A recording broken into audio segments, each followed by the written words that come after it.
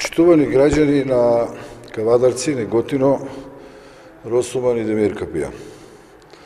Оваа пресконференција ја наменувам за една убава вест да ве информирам, а тоа е по основ на одговор на пратеничко прашање од вчерашната седница на Собранието на Република Македонија по еден многу актуелен проблем кој засега огромен број на граѓани и правни лица, кои што меѓу другите и има обраќање до мене како пратеник, а се однесува за приватизација на градежното земјиште во државна собственост, по народски кажано за куќно и дворно место приватизацијата од правото на користење во право на собственост. Лошото решение во законот со неговото спроведување да ако не се поднесе барање до 15 декември 2014 година за приватизација и потоа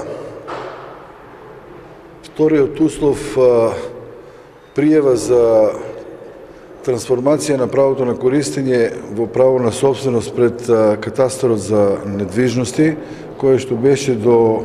7 месец 2016 година, доведе многу граѓани и правни лица во состојба да не го остварија правото на приватизација на иначе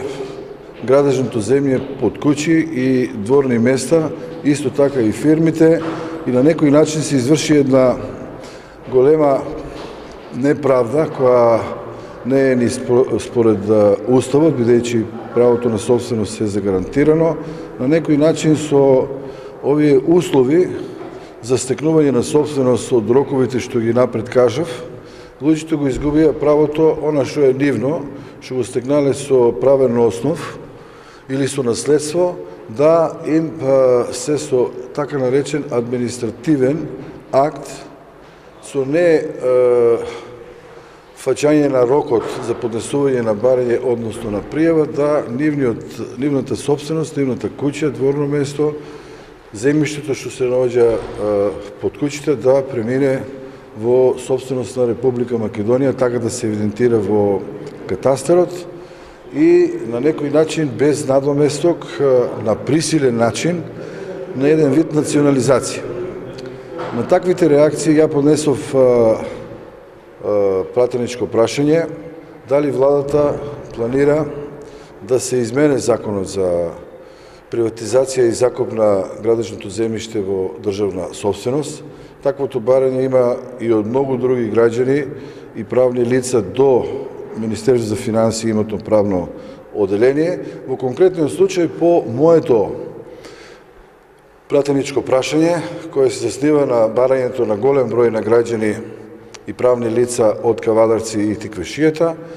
на вчерашната седница ми се даде одговор од сите овие аргументи кои што ги наведов и во содржината на пратеничкото прашање, дека владата ќе пристапе и ќе изврше измена и дополнување на законот за приватизација и закуп на градежно земјиште во државна собственост, баш во насока на продолжување на рокот на поднесување на барања за приватизација,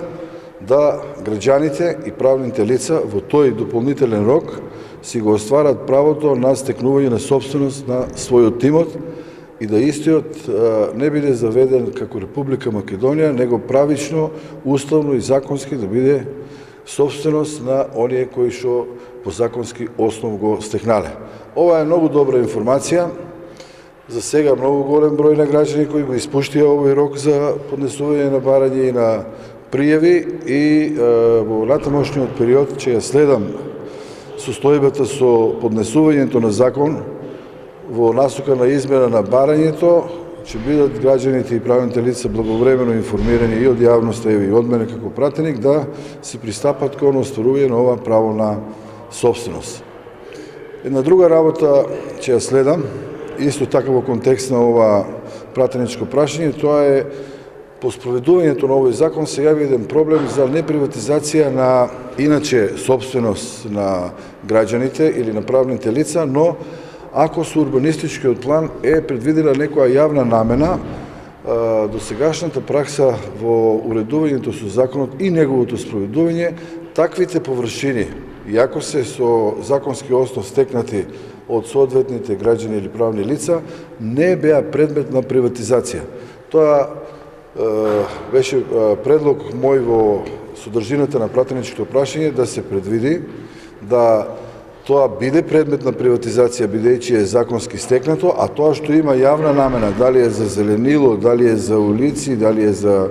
некоја друга јавна намена, тоа да биде потоа предмет на реализација при остварувањето на урбанистичкиот план и тие изведби од јавен карактер да се тогаш соодветно правично според законот обештетат граѓаните.